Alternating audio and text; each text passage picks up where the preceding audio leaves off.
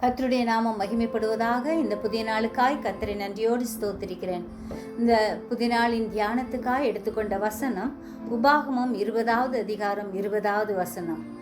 புசிக்கிறதற்கேற்ற கனி கொடாத மரம் என்று நீ அறிந்திருக்கிற மரங்களை மாத்திரம் வெட்டி அழித்து உன்னோடு யுத்தம் பண்ணுகிற பட்டணம் பிடிபடும் மட்டும் அதற்கு எதிராக கொத்தளம் போடலாம். ஆம், இஸ்ரவேலர் யுத்தத்திற்கு போகும்போது ஒரு பட்டணத்தை முற்றுகை போட்டிருந்தால் அந்த மரங்களை இஷ்டம் போல வெட்டிவிட வேண்டாம் என்று ஆண்டவர் கூறுகிறார். கனி இருக்கும் மரத்தை நாம் பார்த்து அதை பாதுகாப்போம், கனி கொடுக்கிறவர்களாய் வாழ்வோம். நல்ல கனி கொடாத மரமெல்லாம் வெட்டுண்டு அக்கினியிலே போடப்படும். எனவே நாம் நல்ல கனி கொடுக்கும் ஜீவியம் செய்வோம். தேவனுக்கும் மனுஷனுக்கும் பிரயோஜனமான கனியை கொடுப்போம்.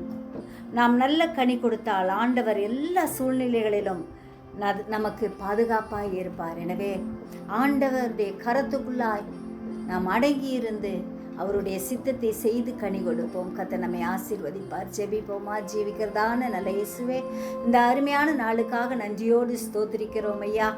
நாங்கள் ஒவ்வொருவரும் புசிப்புக்கு ஏற்ற கனியை கொடுக்கிறவர்களாய் காணப்பட எங்களுக்கு வேண்டிய கிருபை தரும்படியாய் கெஞ்சுறோம் ஐயா.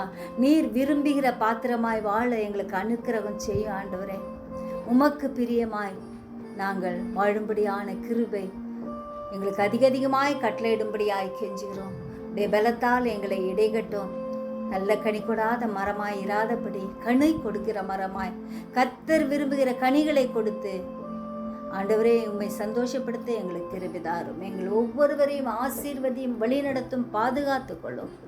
கிருபைக்குள்ளாய் மறையும். இயேசு மூலம் ஜெபங்கேளும் பிதாவே, ஆமென்.